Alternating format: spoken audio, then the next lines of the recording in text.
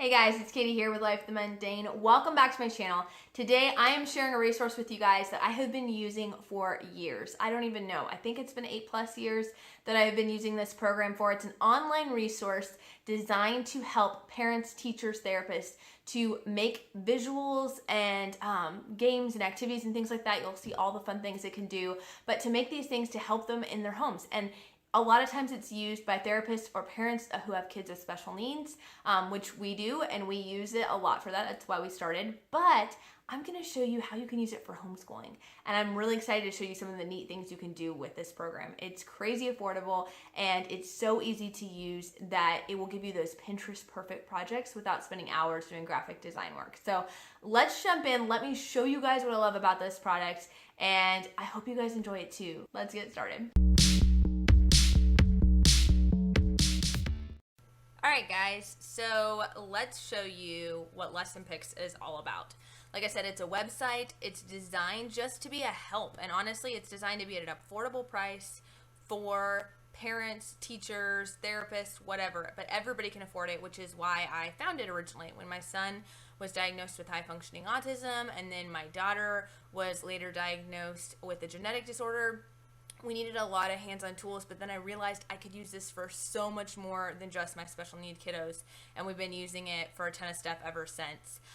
It does cost. This is not a sponsored video. I just love this thing, and I just thought I wanted to tell you guys about it. It does cost $36 for the year, but I find that to be really, really, really affordable for what you're getting. So let's jump into kind of some of the things I use specifically for homeschooling. I might do another video on how I use this stuff for my kids who have special needs, because I do use it a lot for those kinds of things. But let me show you some of the ways that I use it for homeschooling. So for instance, if you guys saw my my video on what we were doing for our preschoolers for the last 6 weeks, we were working on, you know, how God made me. We're working on feelings and emotions. So I just typed in feelings under the search bar, pressed go, and it pulled up all sorts of feelings. It pulled up, you know, these smaller images, but I also could click on here, and you've got all sorts of different people. You've got arguing, avoid, bad, bite. I mean, you've got all sorts of things. Calm, confused, crying, those kinds of things, dizzy.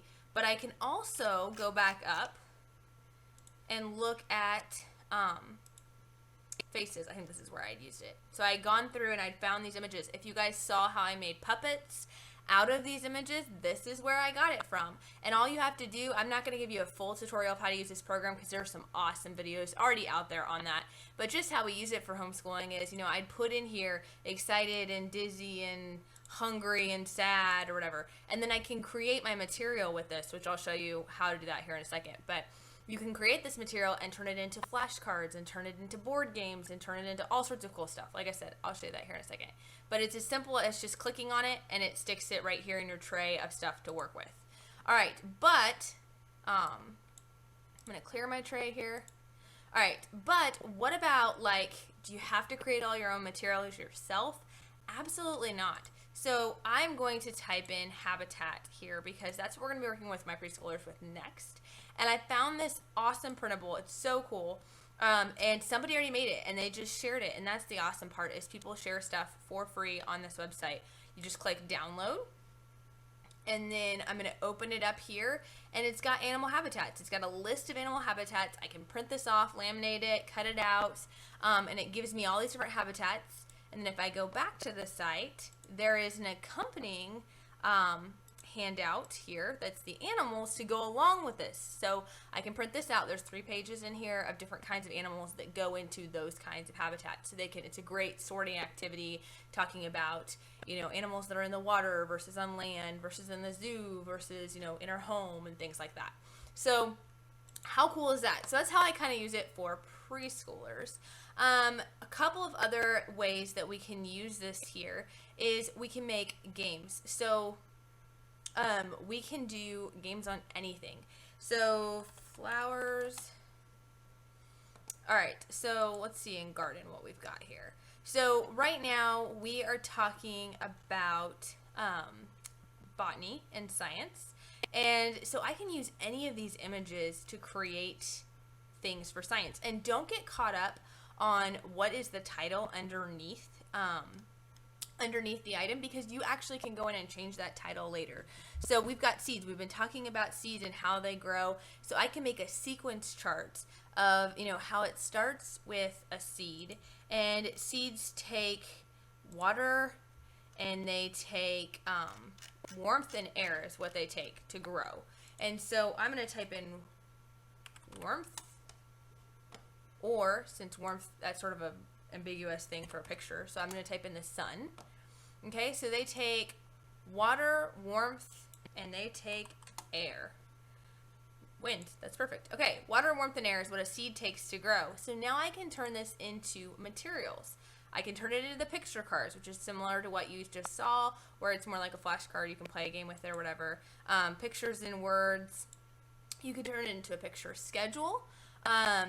Name tags, scales and ratings. I mean, there's so many things, guys. You heard me talk about the first thin board. If you saw my preschool video, this is where I create that stuff in. You can turn it into a book about how these things happen.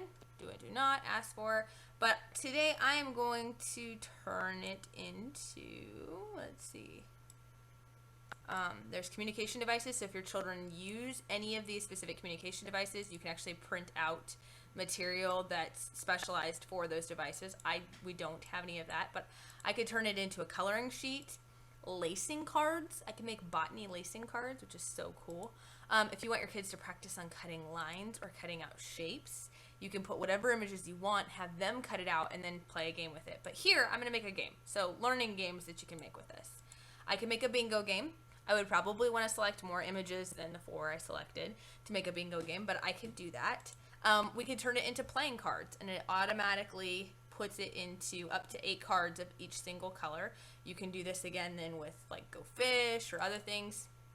Turn it into dominoes. There's a treasure hunt game, and let's see, a game spinner. This I really, really have enjoyed for a lot of different things that we have done, because you can do anything. You can turn it into anything. It's awesome. I can turn it into a game board.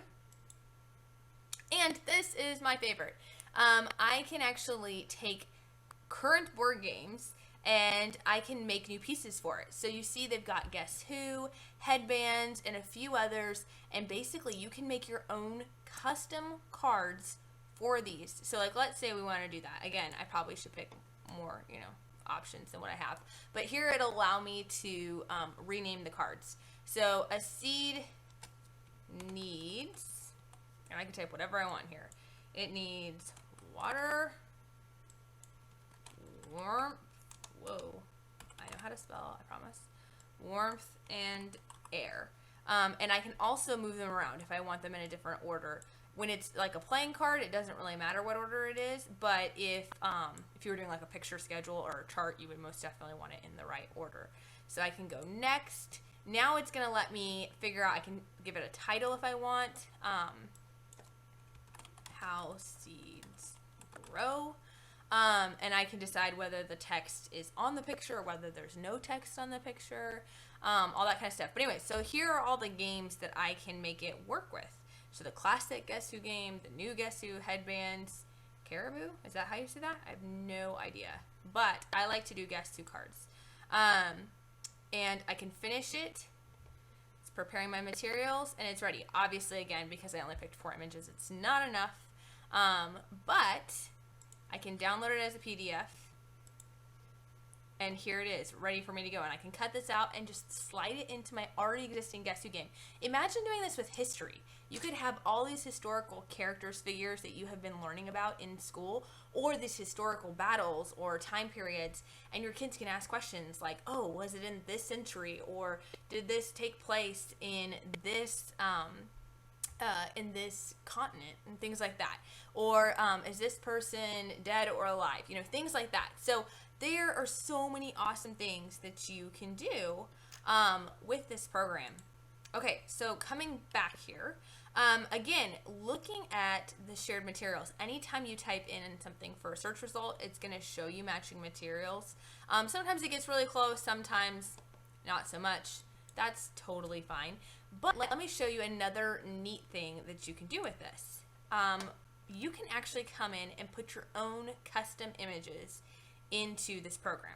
So when I create, if you guys have seen my back to school video and how I create the little name tags on it, I can actually go online and get the images of our textbooks. So that's like our math lessons for living education, our spelling, our reading book, things like that. I can put those, I can upload them straight to this website through here, or I can submit them via email to this email, and it'll automatically upload to the program. I can add these into my tray, and then I can create the images and the labels for those things. I'm going to clear my tray right now. I also have used this to help remind my kids. This isn't technically homeschool related, so, you know, I'm going a little off tangent here, but right now my daughter has some major medical stuff going on. She was just recently diagnosed with juvenile arthritis. She's on medication that is requiring her to have to like really be careful about germs. So I have these stop, wash your hands symbols all over our house, like outside the door, on the back door, so that when the kids come inside, they remember they need to stop and wash their hands. It is, I'll show you guys how I did it, but it is also in, I can make door hangers. Wow, I love that. I can make that and put that on the door hanger to go, stop, you need to wash your hands before you go inside from the garage, because that's where we park the car. So anyway, so I just love how many tools this really gives you for helping in your home. Like the possibilities are endless. And you're going to hear me, if you stick around for my channel, I post videos on homeschooling, homemaking, parenting, home management, things like that. You're going to see these Lessonpix materials all throughout my house. Like, people are like, oh, that's so awesome. How did you make that? And I'm like, guys, you just need Lessonpix. Again, not sponsored, just absolutely in love with this program. So there's so many options of things you can do, guys. And not only can you upload your own images. So for instance, with my family one, when we're studying the family and habitats and stuff like that with my preschooler, I am going to work on a Guess Who board of all of our relatives. So I can actually take pictures from Facebook of aunts and uncles, because I'm the oldest of 7 kids. My husband is the middle of 8. So my kids have a ton of aunts and uncles and cousins and stuff. So I can take their pictures, put them on Guess Who cards, and then they can use learning to ask good questions. Now, my preschooler, I don't know how much she's going to get that, but my older kids like to play along too. And so they'll have fun getting to do that as well. But now they have this new thing that's called a symbol builder, which again, really excited about. You can take any symbol they have if you can't find quite the symbol you want. So maybe you want to have a symbol to remind your kids. You want to make a story about, a reminder story about how we don't get in the car with strangers. So you can make a car, and you can do a stranger, a person you don't know, and I can add that in here, and can go, oh, nope, we don't get in the car with strangers. I can move around. I can add tags or a description. I can add a title. Don't get in the car with strangers. I don't know. This is just random stuff I come up with on the top of my head. But it'll create this image for you. This is how I created that stop and wash your hands image. So really anything is possible. And this works for custom images too, for your own images that you upload. I have done this before with my kids for whose turn is it next, like to work with mom. And I take pictures and I upload personalized pictures of each of my kids up to my custom uploader, and then I can turn their pictures into fun things, fun labels that we can use, or a picture schedule of like, okay, we're going to go down the line, and after I've worked with so-and-so, then it's their turn, and whatnot. So anyways, super cool. Lots of ways you can use it for organizing your homeschool stuff. Lots of ways you can use it for your lessons. I hope this has been helpful to you guys. If you want to see more about this program, totally comment below. Let me know. Or if you're already using it, I'd love to hear about that too. Drop that down in the comments. Be sure to like this video, share it if it's been helpful, subscribe. And as always, I hope you guys have a blessed week. So talk to you later. Bye.